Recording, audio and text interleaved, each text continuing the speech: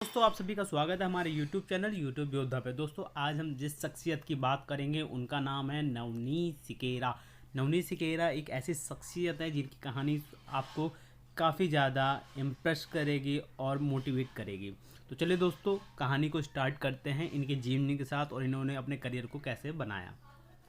दोस्तों इस कहानी की शुरुआत होती है गांव के एक गरीब परिवार से। पिताजी किसान थे और काफ़ी गरीबी में पले बड़े नवनीत सिकेरा स्कूल में, प्राइमरी स्कूल में पढ़ा करते थे। किसी कॉन्वेंट स्कूल में या किसी प्राइवेट स्कूल में नहीं पढ़े लिखे हैं। गांव के जो छोटे मोटे स्कूल हुआ करते थे, प्राइमरी स्कूल, उनमें पढ़ते थे। नीम के पेड़ के नीचे इनकी क्लासेस लगा करती थी। जो इनके मास्टर साहब हैं, सिकेरा साहब बताते हैं कि मास्टर साहब जो है लूना बाइक से आया करते थे और सिकेरा साहब को टेक्नोलॉजी में बहुत ही ज़्यादा इंटरेस्ट था, इसलिए वो खड़े होके उनकी लूना बाइक को देख रहे थे। तो तभी और उनको लगा कि सिकेरा साहब उनकी बाइक के साथ कुछ शरारत कर रहे हैं। तो गांव में दंड देने के लिए क्या होता था, नीम की छड़ी हुआ करती थी। तो उन्होंने सिकेरा साहब की उसकी बहुत पिटाई की। लेकिन सिकेरा साहब ने उस दिन निश्चय कर लिया कि एक दिन मैं भी अपने जीवन में लूना बाइक लूँगा। जैसे कि सबको पता है कि जो सिकेरा साहब हैं वो पढ़ाई में बहुत ही अच्छे थे, अव्वल थे।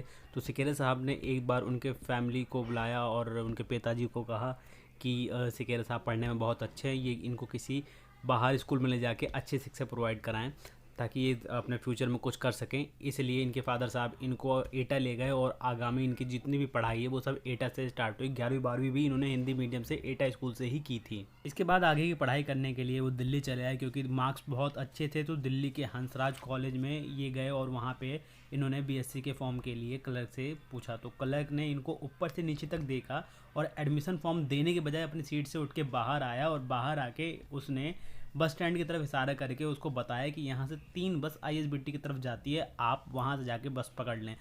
इतना इंसल्ट होने के बाद, इतना अपने आप को लाचार होने के बाद भी इस इंसान ने तरक्की की राह को इतनी अच्छे तरीके से अचीव किया है कि आज हम सब लोग इनको आईपीएस नवनीत सिकेरा के नाम से जानते हैं। हालांकि इसके बाद इनका एडमिशन आईआईटी रुड़की में हो गया और इन्होंने अपनी बीएससी की पढ़ाई आईआईटी की, जो कि इंडिया का टॉप मोस्ट आईआईटी इंस्टीट्यूट माने जाते हैं। तो उन्होंने आगे पढ़ाई वहाँ से की। कॉलेज लाइफ में डिफरेंट बताते हैं कि ये जो सीखने गए थे वहाँ के जो बच्चे थे वो पहले से सब चीज़ों को सीखे। तो काफ़ी डिफरेंस था वहाँ के स्टूडेंट में। तो करीब 22 साल की उम्र में इनकी इंजीनियरिंग हो चुकी थी। अभी इंजीनियरिंग करके बाहर ही आए थे कि इनके पिताजी ने अपने पेंशन से या खेत से जो राशन वगैरह बनता है उसको बेच के अपनी जमा पूंजी से एक ज़मीन खरीदी। जैसे कि हाल कोई अपनी लाइफ के अंदर खरीदना चाहते तो उन्होंने एक ज़मीन खरीदी जिसके ऊपर कुछ गुंडों ने इस पर कब्जा कर लिया। तो इनके पिताजी पुलिस स्टेशन गए।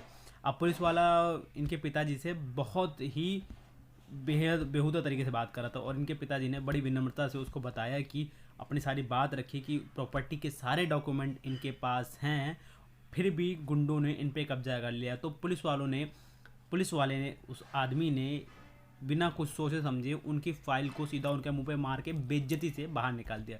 ये एक लाइफ चेंजिंग मोमेंट था नवनीत सिकेरा जी की लाइफ में, क्योंकि उसके बाद इन्होंने डिसाइड किया कि बाप की बेइज्जती हुई है, मुझे कुछ करना है।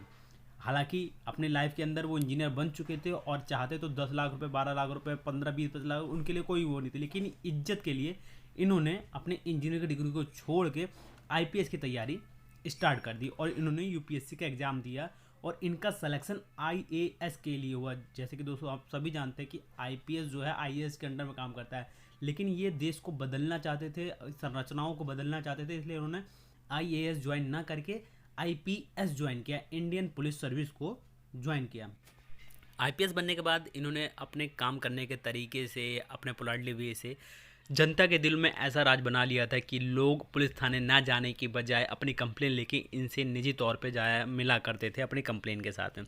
आप इनकी लोकप्रियता का अंदाज़ा इस बात से भी लगा सकते हैं कि जब मेरठ से इनका ट्रांसफ़र हुआ तो मेरठ वासियों ने इनके पोस्टर लगा दिए और कहा कि नवनीत सिकेरा जी को वापस लाया जाए। तो काफ़ी सुपर कॉप माने जाते हैं ये और मेरठ की जनता या जहाँ पे भी इनकी पोस्टिंग रही है वहाँ पे एज अ सुपर हीरो इन्होंने काम किया है। इनके काम के करने के तरीके को देखते हुए पुलिस डिपार्टमेंट ने इनका ट्रांसफ़र मुजफ्फरनगर में कर दिया। मुजफ्फरनगर जो कि क्राइम का गढ़ माना जाता है, पर और जो गुंडे होते हैं वो नवनीत सिकेरा जी का नाम सुन के भी अपना ठिकाना बदल लेते हैं। ठिकेरा साहब का नाम सुनकर अपना इलाका बदल देते हैं। इनके करियर में काफ़ी उतार चढ़ाव हुआ है जिसका इन्होंने डट कर सामना किया, और इन्होंने मुजफ्फरनगर को गुंडा फ्री, दंगा फ्री बना दिया। कुछ ही समय में इन्होंने अपनी टीम को बुलाया, इनकी पूरी एक टीम थी जिसके साथ इन्होंने मिल के मुजफ्फरनगर का सफाया शुरू किया। आप इसकी सीरीज़ देख सकते हैं, अभी हाल ही में एक सीरीज़ रिलीज हुई है भौकाल, कानपुरी भाषा में इसको कहते हैं जलवा कहते हैं। तो दोस्तों मेरे आप लोगों से अनुरोध है कि अगर आप इनकी शख्सियत और इनके किस्सों को और जानना चाहते हैं तो आप अभी MX प्लेयर की सीरीज़ भौकाल को देखें। 10 पार्ट के अंदर आई हुई है और काफ़ी अच्छा किरदार है इसके अंदर, काफ़ी अच्छे तरीके डिफाइन किया गया है। और मैं तो भौकाल सीरीज़ को 5 में से 4.5 स्टार देता हूँ।